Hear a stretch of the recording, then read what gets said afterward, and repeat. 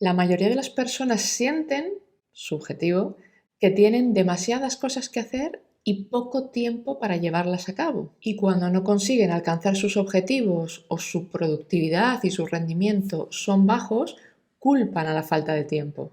Por otra parte, vais a ver también muchos mensajes del tipo no necesitas más tiempo, necesitas más foco, lo cual es totalmente cierto. El problema es que nadie te explica cómo hacerlo, así que vamos a intentar por lo menos enseñar cómo podéis comenzar. Partimos de un punto clave y es que una buena gestión del tiempo implica hacer un trabajo de alta calidad, no necesariamente de gran cantidad. Que no se engañen con esto, porque ser productivo no significa estar todo el día trabajando, aunque puedes hacerlo libremente, sino que el tiempo que dedicas al trabajo lo debes optimizar para obtener resultados significativos y rentables. Eficiencia sobre cantidad. Enfoque en los resultados teniendo en cuenta el tiempo y los recursos que inviertes y qué rentabilidad obtienes, el valor a cambio de tu tiempo y de tu esfuerzo. Para conseguir objetivos, evidentemente hay que esforzarse mucho y más aún en el mundo competitivo que tenemos hoy día. Pero la idea es trabajar de manera eficiente para poder disfrutar de una vida equilibrada y satisfactoria en general. Por tanto, administrarse el tiempo significa organizar tu propia conducta para hacer todo lo que necesitas, según el objetivo que te hayas marcado, en un intervalo de tiempo determinado. Para esto necesitas ser capaz de prever, por lo menos a medio plazo, realizar planes y organizarte para llevar a cabo esos planes. Además de esto, es muy importante que adoptes estos métodos de administración del tiempo de manera regular y disciplinada como parte de la rutina diaria.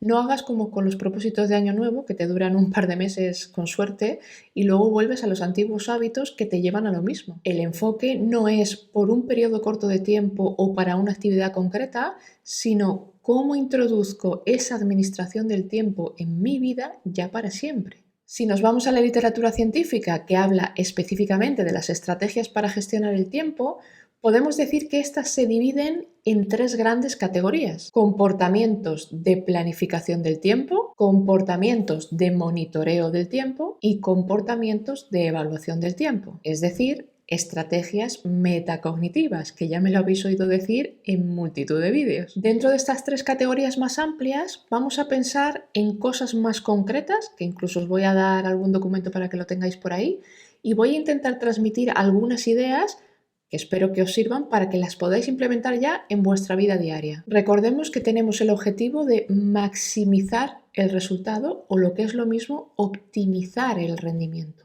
Comprender cómo podemos gestionar de manera eficiente el tiempo es esencial, y para eso necesitas dejar de agobiarte por esto que te dicen de tienes que trabajar, socializar, dedicarle tiempo de calidad a tus hijos. Tienes que dedicarte al ocio también, por supuesto, hacer ejercicio, cocinar cosas saludables, y tú piensas, pero es que a mí no me da tiempo hacer todo eso en un día. No tengo horas suficientes. En vez de pensar tanto en cantidad de cosas que hacer, vamos a pensar en cómo conseguimos que cada una de esas actividades sea significativa, que cuente realmente, que valga para algo, y cómo logro los resultados que deseo para que al final del día acabe satisfecho con lo que he conseguido. Si quieres hacer más en menos tiempo, pero de una manera eficiente, anota estas 4 claves que vamos a desarrollar. Programar, marcar plazos de finalización, evitar la multitarea y priorizar actividades. Programar es reservar un tiempo específico para realizar una tarea o una actividad concreta, haciendo que aumente la probabilidad de que consigas completar las tareas que has planificado. Podemos decir que hay 2 grandes formas para planificar actividades. Una sería la programación intermitente y la otra sería la programación continua. Si utilizas una programación intermitente, vas a dividir tu tiempo en bloques cortos con pequeños descansos. Esto significa, y ahora pondremos un ejemplo claro, que no vas a tener mucho margen entre tareas y no vas a poder, vamos a decir, dispersarte. Entonces ahí vas a tener que jugar un poco con el esfuerzo que te va a suponer cada una de las tareas que metas en esa planificación. Y si utilizas una programación continua o continuada, lo que vas a hacer es agrupar tus actividades en bloques de tiempo grandes sin descanso entre las tareas, pero sí puedes meter pequeños descansos entre bloque y bloque. Una vez que finalices los bloques que te has estipulado, se acabó para ese día. Toca descanso, toca ocio, toca relacionarse, etc. Puedes elegir lo que mejor te funcione. A veces, dependiendo de la tarea, vas a ver que te viene bien una opción y sin embargo con otra tarea quizá te venga mejor la otra opción, o incluso puedes mezclarlas. Si por ejemplo estás estudiando para unas oposiciones y ocupas mañana y tarde, puede ser interesante gestionarte los tipos de programación. O si, por ejemplo, tienes una empresa y por las mañanas es más habitual que haya reuniones, tienes que ver un poco cómo te organizas. Esto depende de cada caso particular, depende de la capacidad que tengas también para mantener tu atención a lo largo del tiempo. Entonces, yo voy a dar algo general, pero tened en cuenta que luego tenéis que adaptarlo siempre de manera individual y personalizada. Habitualmente, por ejemplo, en consulta, ¿no?, sobre todo con niños y adolescentes y con adultos jóvenes, te dicen, bueno, yo después de clase me pongo a estudiar. Y dices, vale, eso es estupendo. Quien dice estudiar dice otra cosa, pero voy a poner este ejemplo porque todos hemos pasado por la etapa educativa, quien más, quien menos, ¿no? Y sabemos más o menos cómo funciona, aunque nadie nos haya enseñado nunca a hacer esto. Y yo aquí siempre les pregunto, pero ¿vas a estudiar qué? ¿Y en qué momento?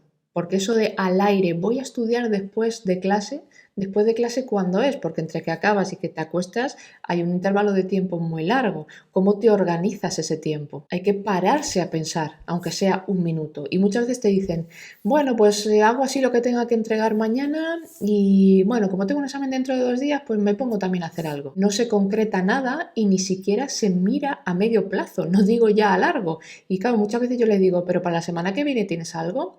Ah, sí, bueno, pero para eso ya me pondré. Es mucho más eficiente si dices, mira, acabo a las 3:30 de comer, voy a tomarme un descanso hasta las 4 y a las 4 lo primero que voy a hacer son los deberes que tengo que entregar para mañana. Incluso lo que puedes hacer antes justo de comer, le echas un vistazo a los ejercicios y dices, pero espérate, ¿cuántos ejercicios son? ¿Son todos de la misma asignatura o son de distintas asignaturas? ¿Cuáles creo que me van a costar un poquito más? Tienes que hacerte esas preguntas y responder, porque de las respuestas va a depender tu organización. Vamos a suponer que te dicen, son de historia, es una asignatura que me gusta, nada, son 4 ejercicios, yo creo que en media hora lo tengo. Perfecto, acabas a las 4:30. ¿Qué vas a hacer después? Pues a las 4:30 sigo con historia porque nos han dicho que para la semana que viene tenemos precisamente un examen y lo que voy a hacer es repasar un poco lo que hemos dado hasta ahora para tener bien claro lo que entra. Eso hasta las 5:15, porque luego a media tengo fútbol y tengo que marchar hasta las 7. Magnífico. ¿Y cuando vuelves? ¿Qué vas a hacer? Pues cuando vuelvo me ducho, si no lo he hecho en los vestuarios, voy a ir elaborando un plan de estudio para toda la semana, doy un repaso a lo que ya hemos dado de las asignaturas que voy a tener mañana y así voy con el conocimiento fresco y estoy mucho más preparado para lo nuevo que me quieran explicar. Y eso de 7:30 a 8:30. Luego ya ceno tranquilamente o descanso, me dedico un poquito al ocio. Todo esto lo vais a ver con un par de tablas que os voy a enseñar, que las he elaborado para vosotros, pero pensad en una cosa. Cuando tú te planteas objetivos que son pequeños y son concretos, es mucho más fácil que consigas cumplirlos. Y con ello, primero ya vas a acabar satisfecho el día y el pensamiento que aparece en tu cabeza es positivo. Qué bien, tengo todo hecho, ya puedo estar tranquilamente y volver mañana al trabajo o a clase, no tengo nada pendiente. Además, hemos dicho que esto hay que introducirlo de manera regular y disciplinada en la rutina diaria. ¿Y por qué esto es fundamental? Aparte de porque vas a ganar en eficiencia, porque ayuda también a la autorregulación de la conducta y de las emociones. Y eso lo que va a hacer es que procrastines menos. Que sobre la procrastinación, por cierto, tenéis un vídeo completo. Otra cosa que vamos a hacer es marcarnos plazos. Pensad que hay proyectos que se van a extender un poquito en el tiempo. Si tienes, por ejemplo, un examen la semana que viene, o si tienes un proyecto laboral, o si tienes un trabajo de clase para dentro de 2 semanas donde tienes que reunirte con otros compañeros. Al ser algo que se extiende en el tiempo, requiere que se den, ¿no?, pasos entre medias hasta completarlo. Por eso necesitamos plazos. Y un plazo no es otra cosa que un límite definido para la finalización de algo. Como te quieres asegurar de completar el proyecto a tiempo y a ser posible sin agobios y evitando procrastinar, establece varias etapas dentro de ese proyecto. Un ejemplo claro, tengo una semana para prepararme el tema 1 y 2 de historia y tengo 2 semanas para finalizar un trabajo en grupo. El trabajo te va a llevar más tiempo en general. ¿Por qué? Porque no depende solo de ti. Te tienes que reunir con otras personas que tendrán su vida, sus circunstancias y sus horarios. Tenéis que ver qué va a hacer cada uno, ir monitoreando cómo vais avanzando, integrar la información de unos y de otros, ver cómo lo vais a presentar, etcétera, etcétera. ¿Cómo hacemos entonces para preparar las dos cosas a la vez y que lleguen a buen puerto? Vamos a ver los documentos que os he preparado. Día 1, lunes, reviso el temario y me hago un plan de estudio. Si tengo deberes, los hago al principio y me los quito de encima. Aparte, me reúno o hacemos una videollamada con el equipo de trabajo, nos asignamos las tareas y establecemos también un plan de trabajo para el proyecto. Y esto lo voy a hacer sin olvidarme la programación de la hora que vimos antes, ¿vale? Y aquí lo podéis ver. Hemos dicho de 4 a 5 y cuarto, ¿vale? Tenemos un bloque de 45 minutos, metemos 30 minutos de deberes, 30 minutos revisando el temario y 15 minutos de reunión de equipo, ¿vale? Esto puede variar dependiendo de cada caso particular. Después me tengo que marchar a fútbol, perfecto, y cuando regreso es cuando voy a hacer el plan de estudios y cuando voy a repasar las clases para estar mañana preparado. Segundo día, martes. Aquí ya voy a empezar a estudiar los conceptos principales del primer tema y aparte voy a investigar y recopilar información para mi parte del trabajo.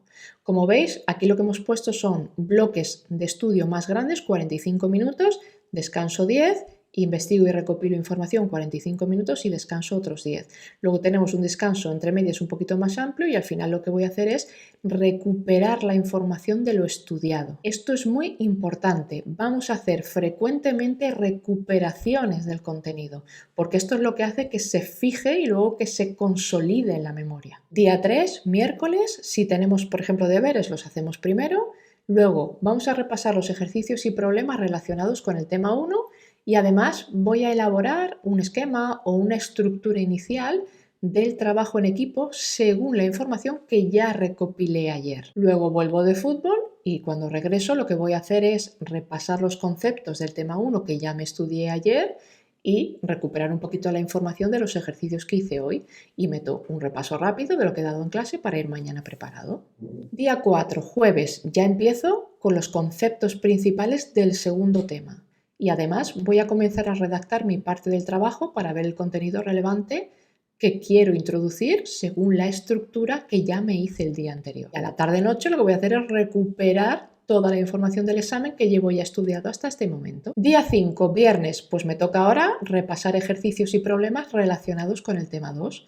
Continúo redactando el trabajo, voy a fútbol, repaso los conceptos estudiados de hoy y recupero la información anterior. El fin de semana no lo he puesto en el documento, como podéis observar, pero os lo voy a comentar, ¿vale? Día 6 sábado, día 7 domingo. El sábado, por ejemplo, hago un repaso general de todo lo estudiado y además me voy haciendo preguntas para seguir recuperando la información. Volvemos a hacer además una videollamada con los del grupo para ver cómo va cada uno, ver que las distintas partes están encajando, decidir si seguimos por ahí o si tenemos que cambiar alguna cosa, etc. Y el domingo hago otro repaso general de los dos temas, ¿no? Y además me voy a preparar unas tarjetas breves de conceptos clave y de información que pueda relacionar. Esto hay personas que lo hacen al inicio, pero no es lo mismo hacerlo al inicio cuando tú no tienes un conocimiento general que cuando lo estás haciendo al final. Y para el trabajo voy a ir viendo ya cómo lo voy a presentar. Lo voy a hacer a través de diapositivas, lo vamos a hacer grabando un vídeo, voy pensando en cómo voy a defender mi parte, ¿no? Porque eso es lo que voy a hacer ahora en la organización de la siguiente semana. Si os fijáis, hay algo muy importante en hacerlo de esta manera y es evitar la multitarea. No hago varias cosas a la vez, sino que programo y me marco unos plazos para poder concentrarme en algo muy concreto con su inicio y con su final. Y una vez que acabo, tengo otra cosa que a su vez tiene un inicio y un final. La multitarea nos da la sensación subjetiva de hacer más cosas en menos tiempo, pero en realidad lo que hace es aumentar el tiempo que necesitas para finalizar cada tarea y además aumenta la cantidad de errores. De hecho, está demostrado que incluso pequeñas interrupciones, como puede ser por ejemplo en las notificaciones del móvil, pueden triplicar la tasa de errores que cometes cuando regresas a la tarea. Los que realizan multitarea de forma frecuente en realidad tienen un rendimiento deficiente. De la misma manera, evita programar demasiado. Si te quedas con la idea de cantidad, programando todo voy a poder meter 10 tareas en vez de 5 o 6, tu rendimiento se puede ver afectado. Tiene que haber un equilibrio y para eso lo importante es priorizar. Es decir, vas a elegir completar una serie de tareas por su urgencia y por su importancia. Y ahora os enseño cómo. En cuanto a los plazos, fijaos en cómo lo hemos hecho.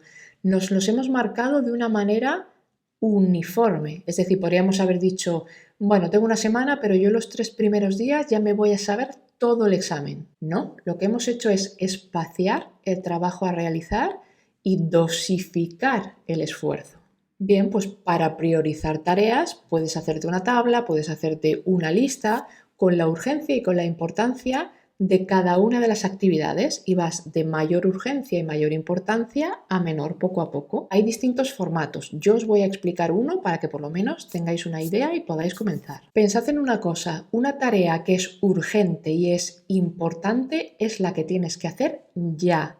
Ahora, no es algo que puedas posponer. Por ejemplo, para el lunes hemos dicho, si tengo deberes que son para mañana, los hago y ya está. Y luego me pongo a revisar el temario del examen, que es urgente e importante. ¿Por qué? Porque necesito saber, primero, hacer un repaso general de los temas para saber cuántos puntos hay, cómo de largos son, cuáles son más difíciles, si tengo toda la información o necesito mirar algo de los apuntes o pedirle algo a un compañero o echar un vistazo a la Classroom. Todo eso tiene que estar claro desde el principio porque eso es lo que te va a ayudar a elaborar un plan de estudio eficiente y que te lleve a buenos resultados. También es importante y es urgente que hagas la primera reunión con el equipo porque necesitas saber de qué vas a ocuparte tú para comenzar ya y que no te pille el toro. Después hemos dicho, ¿no?, que vamos a ir rebajando esa urgencia y esa importancia. Bueno, pues voy al fútbol y cuando vuelvo, como ya he analizado el temario, lo que voy a hacer es elaborar el plan de estudio donde me voy a organizar los horarios de toda la semana. Y al final repaso un poco lo que ya hemos dado en las asignaturas que me tocan mañana, simplemente para ir un poquito más preparado para lo que me vayan a enseñar. Lo que no es urgente ni importante es todo lo que te distraiga de tu objetivo principal. Eso se puede posponer o incluso a veces podrás hasta delegarlo. Por ejemplo, algo que no es urgente ni es importante y que además es absurdo es ponerte a reescribir el tema, que esto se lo dicen a muchos niños y adolescentes. Tú escríbelo de nuevo, que así se te queda. ¿Eso es eficiente? ¿Qué sensación te genera el pensar que cada vez que te tienes que poner a estudiar tienes que volver a escribir el tema? ¿Dónde está ahí el incentivo? ¿Cuánto tiempo me va a llevar? Eso es dosificar el esfuerzo y trabajar de manera uniforme y equilibrada cada día. Además que lo que funciona y está más que estudiado es enriquecer el contenido en vez de memorizar como un loro, repetir la información para ir afianzando también la comprensión y sobre todo hacer recuperaciones frecuentes del contenido. Si necesitas una ayuda externa para gestionarte el tiempo y las tareas, hoy día tienes multitud de herramientas y además tienes un vídeo específico sobre las 20 apps que se han estudiado, ¿no?, para personas que tienen problemas de autorregulación e inhibición, como puede ser por ejemplo el TDAH, donde os muestro apps de gestión del tiempo, de organización y gestión de tareas. Y si necesitas un psicólogo educativo, en Sai Academy podemos ayudarte. Podría extenderme mucho más, pero creo que estas pequeñas recomendaciones os pueden servir por lo menos para comenzar. Y piensa en una cosa, si en vez de planificar con antelación te pones el día antes a hacer lo que sea, vas a tener que ir a todo correr. Te vas a angustiar, no vas a analizar bien las cosas y es bastante probable que el resultado sea pobre. Es que esforzarse, organizarse y planificar cuesta, ya, y esforzarse todos los días de manera consciente cuesta más. Pero piensa en lo valioso que es tu tiempo. El tiempo es lo único que tenemos que sabemos a ciencia cierta que se nos acaba a cada uno de nosotros. Aprovéchalo lo mejor que puedas para estar satisfecho con lo que haces y con tu vida en general.